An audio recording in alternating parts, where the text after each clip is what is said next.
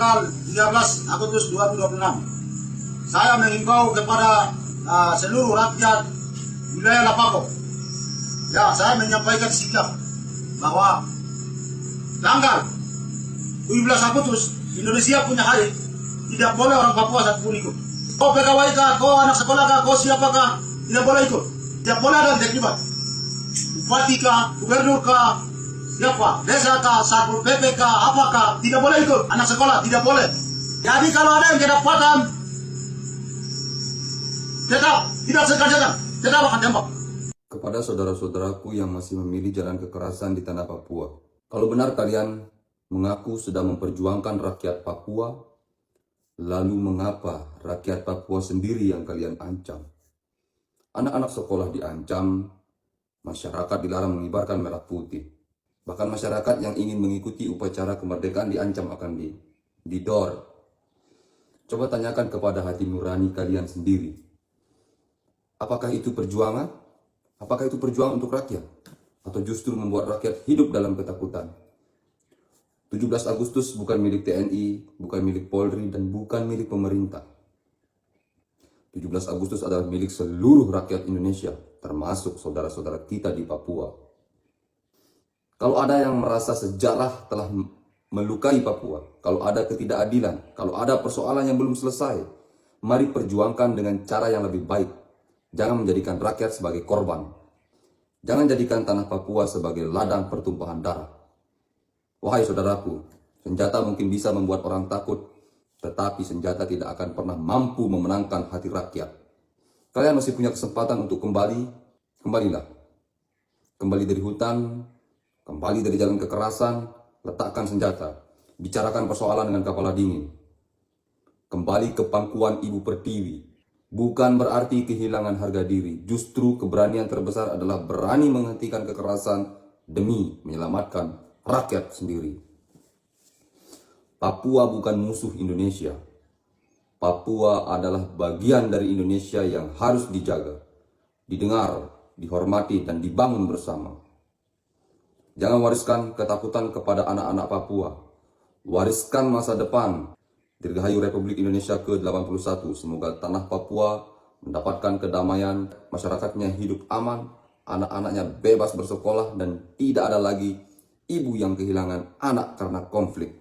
Begitupun sebaliknya, beda pendapat boleh, berjuang boleh, tetapi membunuh rakyat sendiri bukan jalan menuju kemerdekaan. Tuhan memberkati Papua. Salam dari Komandan Nusantara Sipil Berkelas. Pam pam pam. Kalau Aceh itu minta merdeka karena ekonomi saja, Pak. Aceh minta merdeka karena ekonomi dan Papua minta merdeka betul-betul. Ini Gubernur Mekinawiba pucara Toki Jakarta untuk minta dana otsus tambah. Tapi kemudian berbicara Aceh segampang. Aceh ini sebuah bangsa besar, Kesultanan Aceh Darussalam, sudah berdiri sejak abad 13 dan tidak pernah takluk oleh penjajah. Mereka adalah salah satu bangsa di Nusantara yang tidak pernah takluk dengan perlawanan terhadap bangsa-bangsa kolonial. Justru masuknya Aceh dalam Indonesia itu karena perjanjian bersama Soekarno. Dan kemudian di era Soeharto tidak ada satupun kesepakatan itu yang terlaksana. Salah satu kesepakatannya tentu Aceh diberikan otonomi supaya menjalankan syariat Islam. Karena memang sejak dahulu mereka sudah dikenal menjadi negeri Serambi Mekah. Lalu kemudian karena hal-hal itu tidak pernah terjadi, maka gerakan Aceh Merdeka dideklarasikan untuk melakukan perlawanan kemerdekaan. GAM itu dilatih di Libya oleh Muammar Gaddafi. Muammar Gaddafi adalah salah satu pimpinan yang besar di masanya yang melakukan perlawanan terhadap kapitalisme Barat, terutama Amerika Serikat. Dan Mualem, gubernur sekarang, panglima tertinggi GAM saat itu dan kini jadi gubernur, adalah mantan pengawal pribadi dari Muammar Gaddafi. Pelatihan GAM dilakukan secara profesional dan itulah yang membuat mereka kuat dan setara dengan TNI.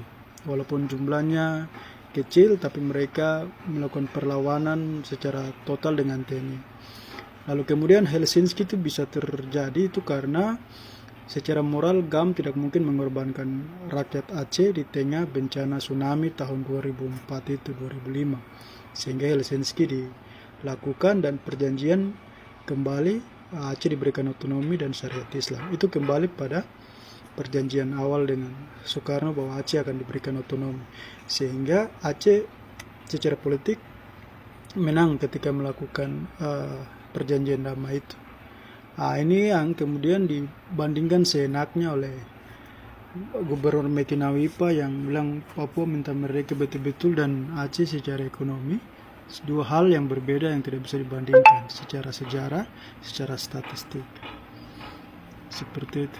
Kenapa orang Papua ingin merdeka dari Indonesia? Padahal tanpa Indonesia mereka bisa jatuh lebih miskin. Hampir semua pembangunan di sana, dari jalan, sekolah, sampai rumah sakit, dibiayai pemerintah pusat Jakarta. Tapi anehnya mereka tetap merasa terasingkan di tanah sendiri. Karena bagi orang Papua, mereka ingin diakui bukan dikasihani. Ini bukan soal kemerdekaan ekonomi, tapi kemerdekaan harga diri. Dan yang cinta Indonesia, like! Lanjut. 700.000 per KG viral di media sosial. Hari ini hadir bersama kita Ibu Susana dari Kabupaten Bogor. Ia bekerja sebagai buruh harian, mengupas bawang dengan upah Rp700.000 per kilogram. Jus satu buat para buruh-buruh ya kan, buat kalian masih tinggal di Jakarta, sekitarnya Tangerang yang gaji kalian tuh masih kecil jadi buruh, kan seharian jadi kuli bangunan aja kadang 50-70 ribu sehari.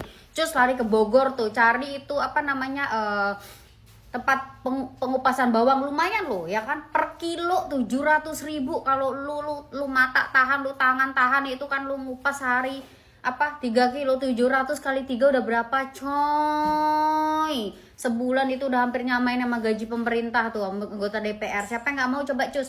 Buat kalian yang para buru-buru tuh datangnya tuh toko-toko bawang tuh lumayan tuh, bukan per hari guys tapi per kilo. Ya kan minimum kalau target kalian tuh sehari tuh 5 kilo tuh 700 kali 5, lu kaliin sendiri tuh. Siapa yang nggak mau coba? Gue pun juga mau. Kalau di sini nih tetangga gue pada daerah Bali sini ada tuh ngupas bawang per kilo 700, gue mau datang.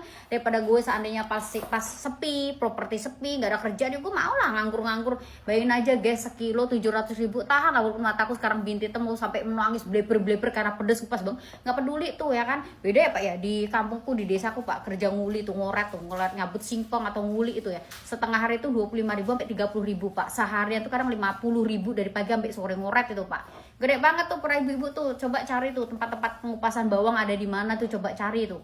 Ya kan lumayan bu, 700.000 per kilo, bukan per hari itu, bukan per bulan tapi per kilo. Siapa nggak mau coba? Aku pun juga mau. Ayo Le, ayo mangkat kita kerja ngupas bawang, sekilonya 700.000 kata bapak presiden kita. Mau nggak? Lumayan, kamu ngupas bisa 2 kilo, ngupas bawang 1.400.000 loh kamu. 7 tambah 7 2 kilo kalau kamu bisa ngupas banyak. Ayo Le, cus yuk mangkat yuk. Mana ya? Cari tahu dulu tempat pengupasan bawangnya di mana, di sini ada nggak? Ya kan mau aku lah kalau gitu. Mau lah. Sapa sing kenal karo Ibu Susana iki, aku pengen melu kerja. Ngupas bawang sekilone dibayar 750. Iki beneran loh guys, iki tak bohong, iki mang diomongne ngarepe Pak Presiden langsung. Sing jarene dhek oleh upah 750.000 ngupas bawang 1 kilo. Bayangno to, lek sedinone oleh 10 kilo. Wes piro? 7.500.000 dalam 1 hari. Ibu Susana, tolong angkat aku jadi karyawanmu. Wes to nggak usah akeh-akeh ngekei bayaran aku. Jeng jarene 750.000 per kilo kuwi mang. Aku kek ono 100.000 per kilo. Wes sisane PN. Aku jangan dadi karyawanmu to. Walah wo. Tak kira ki yo singa jebul lek kucing kudu tak saduk malah. Penak men olehmu ngomong wo. Opas brambang sekilo 700.000 gelem aku rasa dadi pegawai negeri, rasa dadi presiden, rasa dadi polisi, tentara gak. Opas brambang bawang wae genah sekilo 700.000 penak lek ngomong. Tak sogok silit buku ki malah iku.